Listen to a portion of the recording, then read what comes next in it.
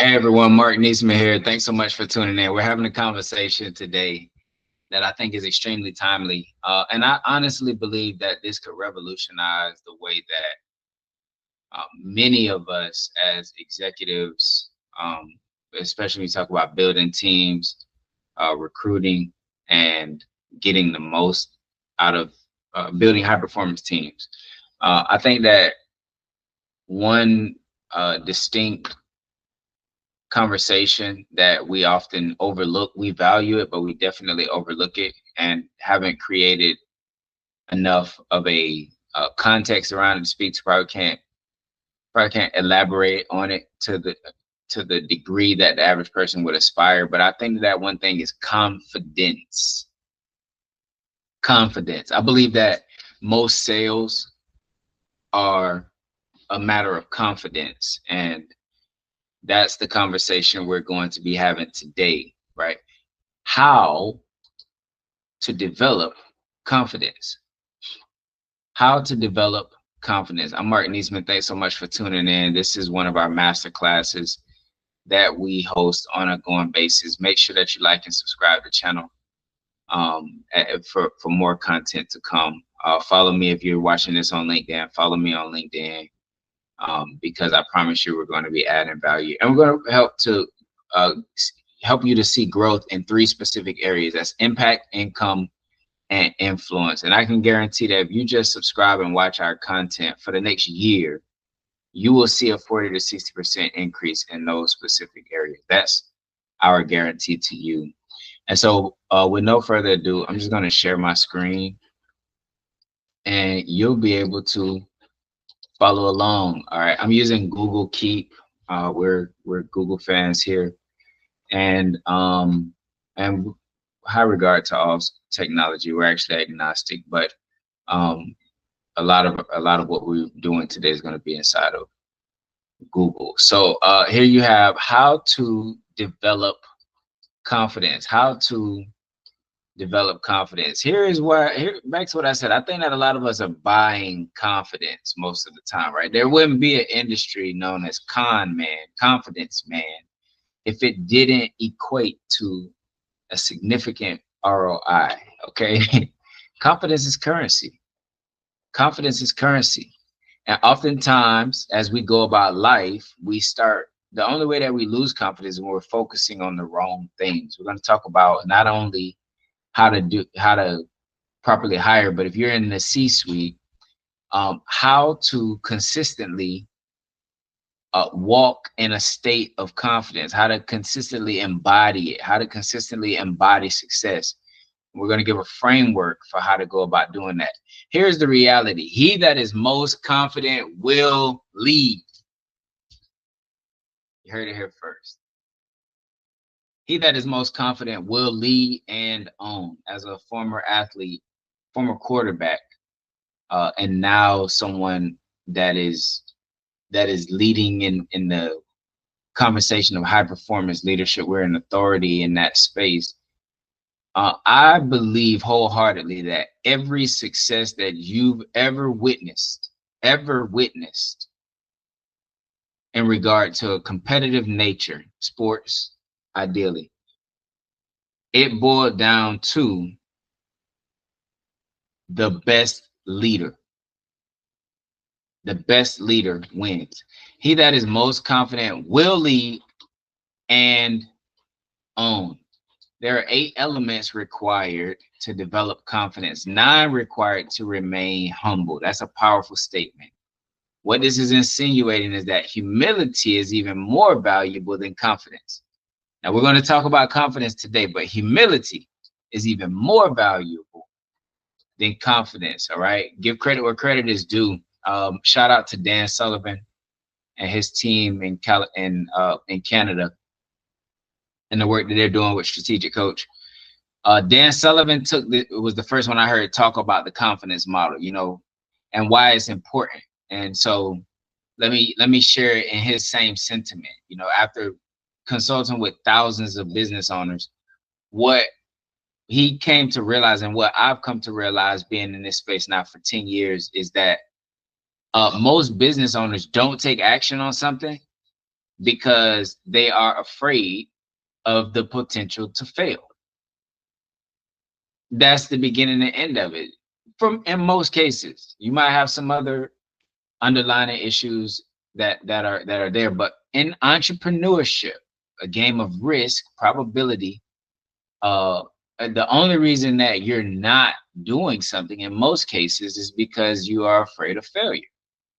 Especially if you're caught in what we call the learning loop. If you're caught in the learning loop and you're just gathering information and gathering data and learning more and never actually implementing, yeah, that's fear. So what he came to realize, and what I've expounded on now at this point in my career is, man, people are placing confidence in the wrong place. They don't understand what is required to obtain confidence, and actually how late in the journey you actually develop it. So, and this would help, because most times the statement is, you can probably resonate, but the statement is, oh, I'll get started, once I know I'm good enough, or once I'm confident enough. A person who's aware might actually make that statement. Well, the reality is,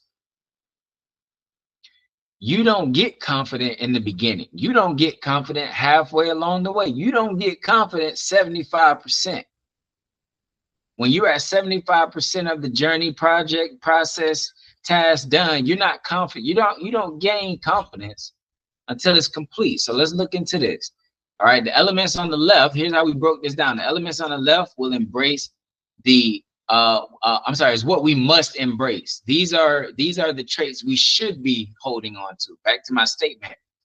Most people stop on that journey because they start embracing the wrong things. Most leaders, executives who suffer from who have any degree of confidence issues or imposter syndrome, which is a fairly big conversation right now today, that is because they have misplaced confidence. If you're listening in and you're like, man, I'm that guy he's talking about. I suffer from imposter syndrome. It is because you have not learned how to properly develop confidence, or you are embracing the wrong things. The items on the left are to be embraced. The elements on the right are necessary, resisting forces that remains until the mental strength to overcome them has been developed. Wow. So let's take a look at this. All right, we have 1, 2, 3, 4, 5, 6, 7, 8, 9 elements that we're going to cover in the next 5 minutes or so, and get you guys out of here. All right.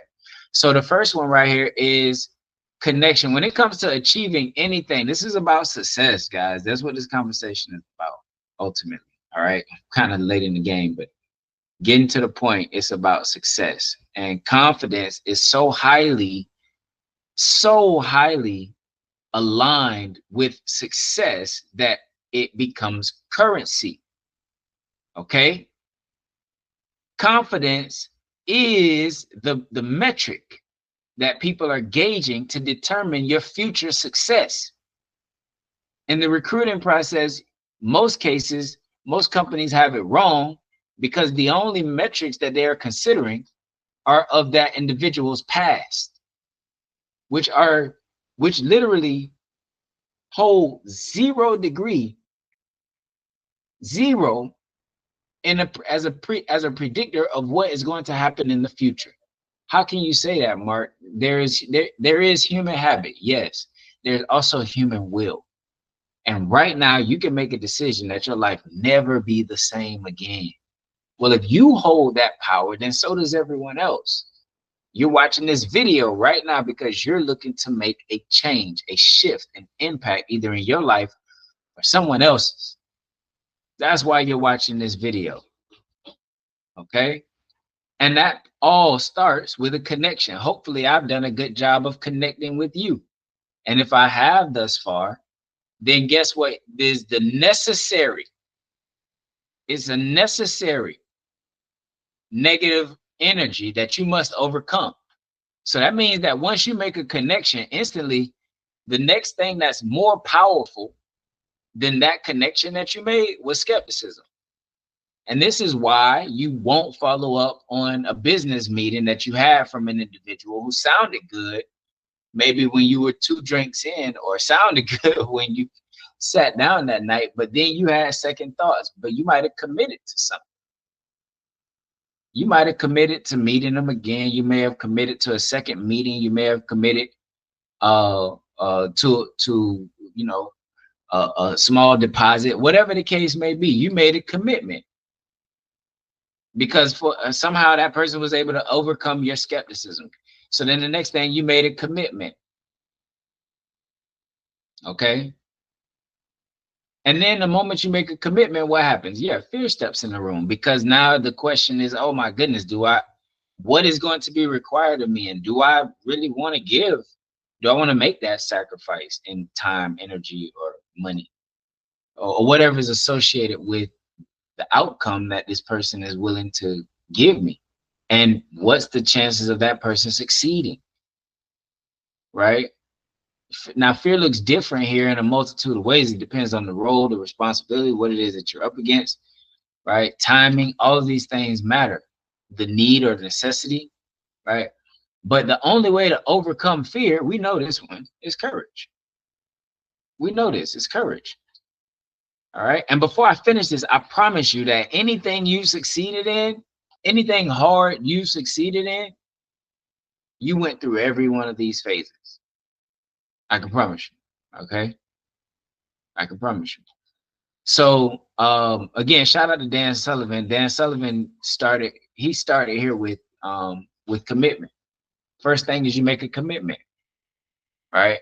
We added in the connection part, but the first thing you make is a commitment. And right after commitment, you experience some degree of fear. You overcome that fear through courage, and then you fail.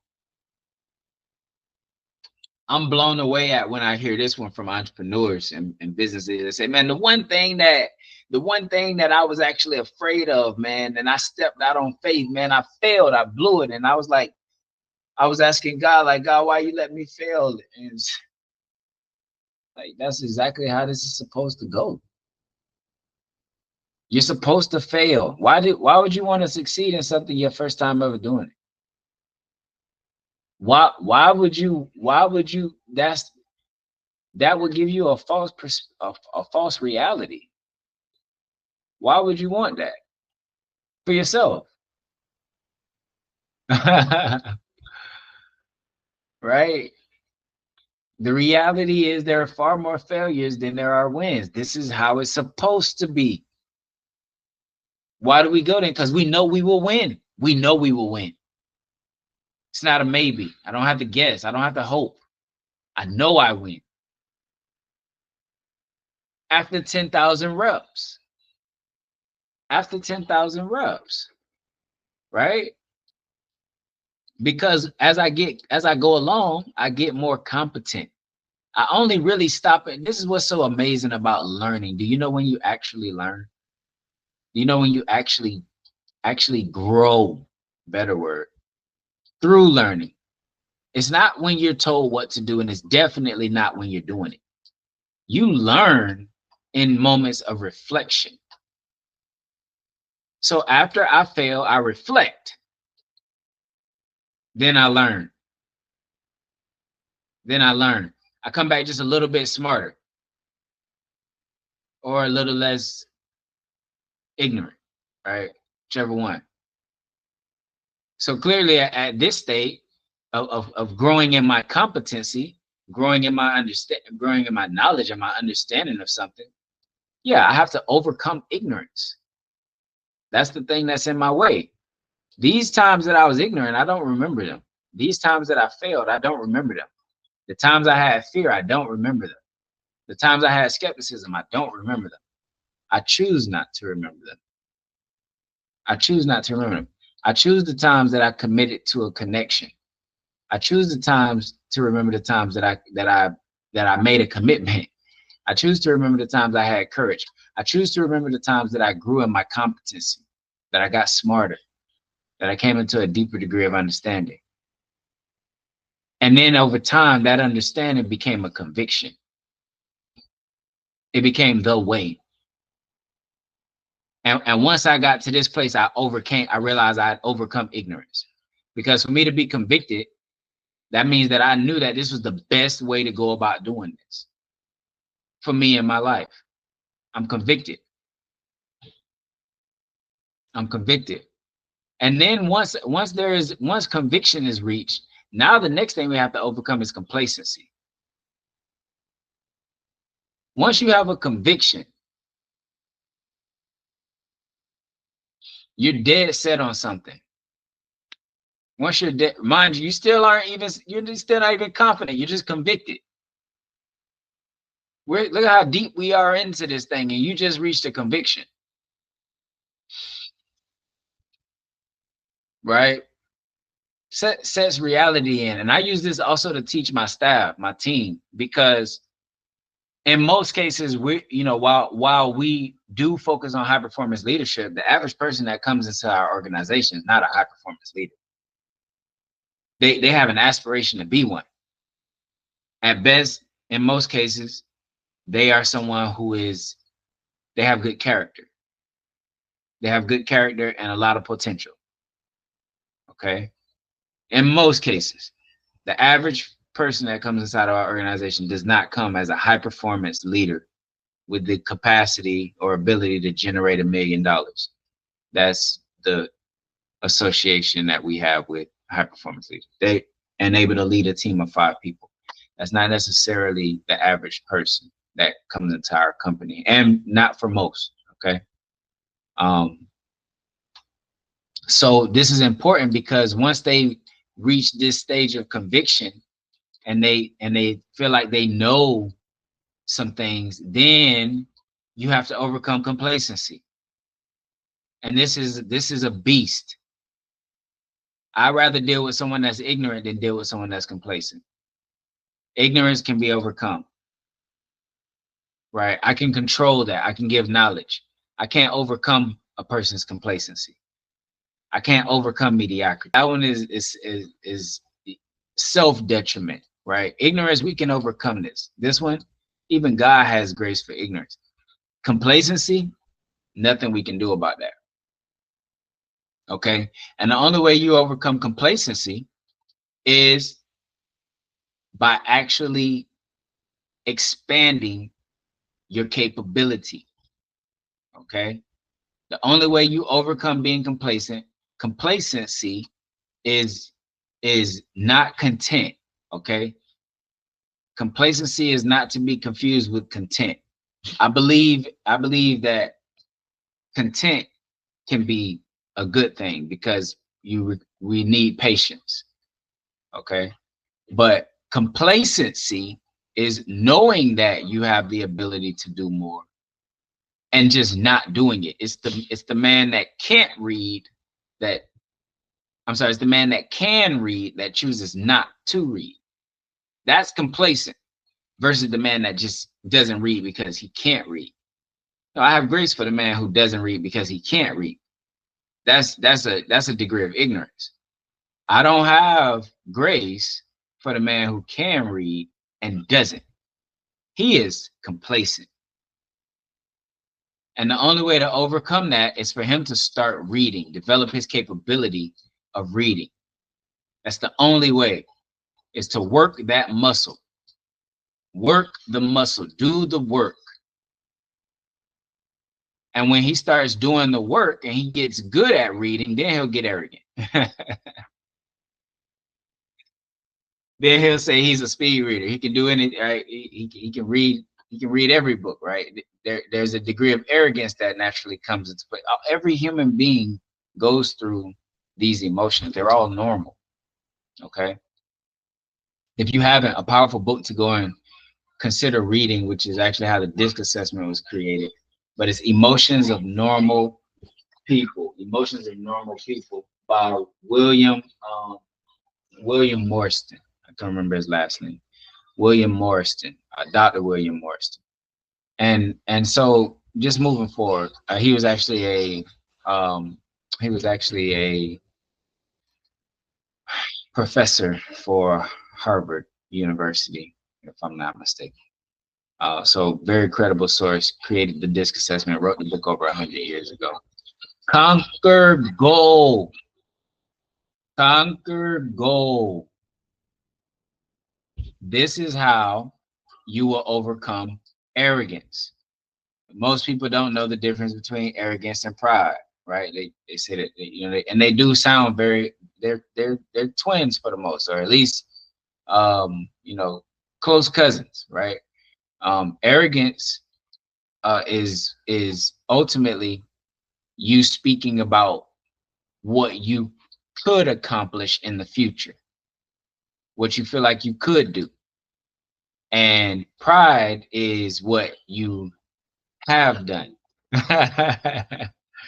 And that's why the difference between the person who's capable and the one that has conquered it, right? That's the subtle difference in the two. Yeah, you're capable of doing it, but have you done it? Right? Yes, now that you know how to read, you could read a book that's 1,000 pages long, but have you done it? I know you could. That's how the arrogant person would talk.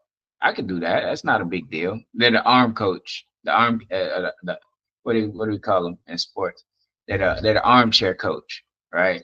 You're the critic. You're the fan. You're the one in the stands that is trying to coach from the sidelines, right? Versus the one who's doing it.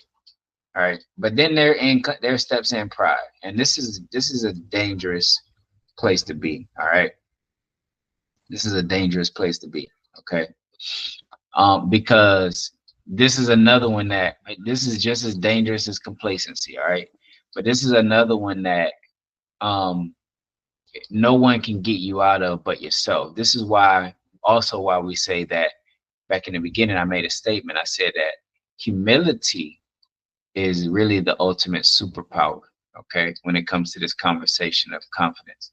I know you're confident when you're humble. I know you're confident when you're humble, okay?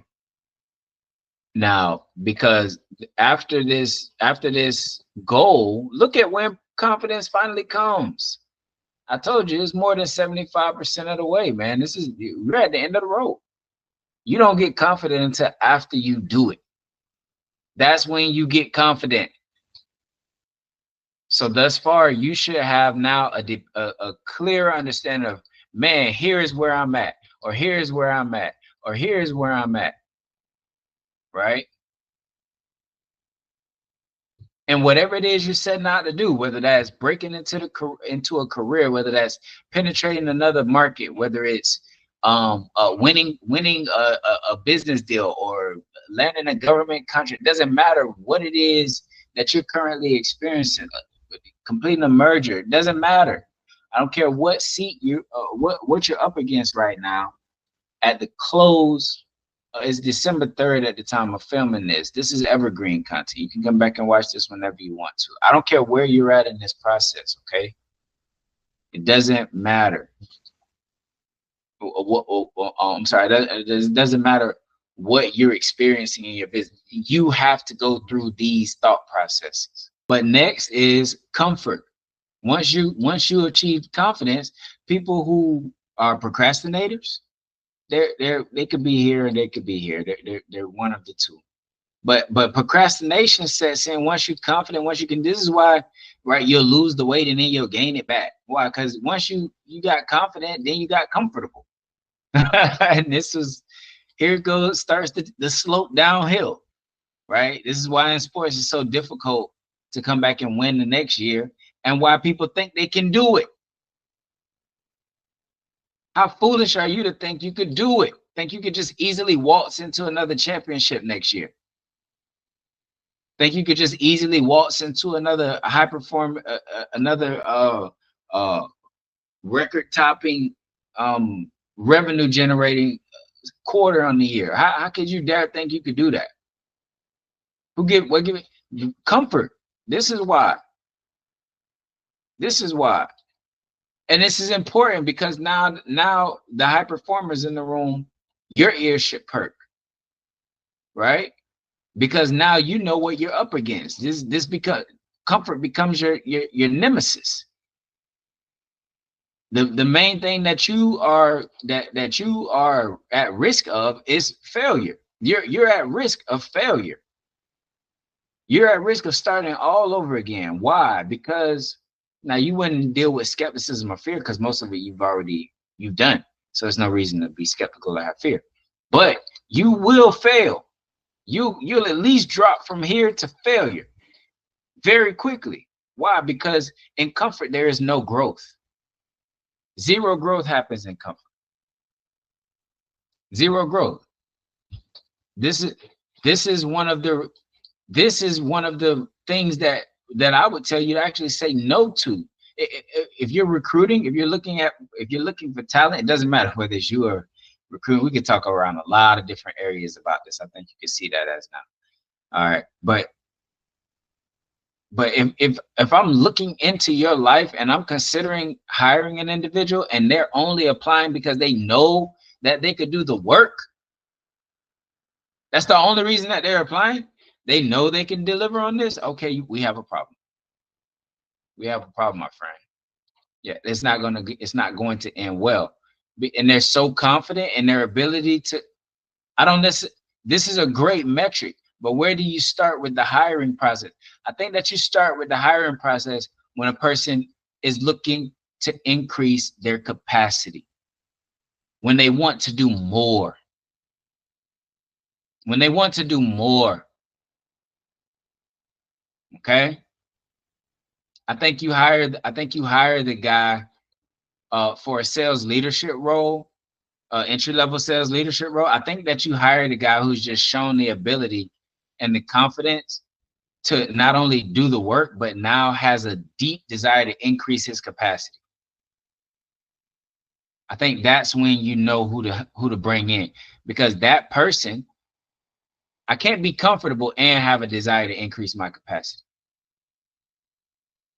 I can't be comfortable and have a desire to increase my capacity.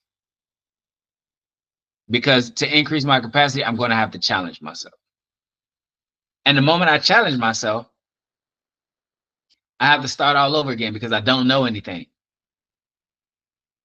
I have to humble myself and then start all over again. I have to go and start reconnecting with people. I have to reconnect with a mentor. I have to find someone who's been there, done that. And then I have to go through this process of believing what they're saying, buying into it, overcoming the fear of doing the work, having the courage, failing, learning, failing again, learning, failing again, learning, failing again, till I'm just convicted and I'm not leaving. Then I have to overcome complacency because I know a little something. I know a little something. And I have to develop my capability. I have to get good at something. I can't just know it. I need to know how to do it. It's not enough to know it. I need to do it. I need to do it. And then I need to do it until I conquer something at it. Okay. Then I get to claim confidence. And then I start all over because I need to expand my capacity. So I challenge myself. I go and find a challenge. And at that point, I have to humble myself. And that's what makes humility so much greater than confidence. It's what makes humility so much greater than confidence. What does that look like? Are you constantly getting into rooms that you're not the smartest one in?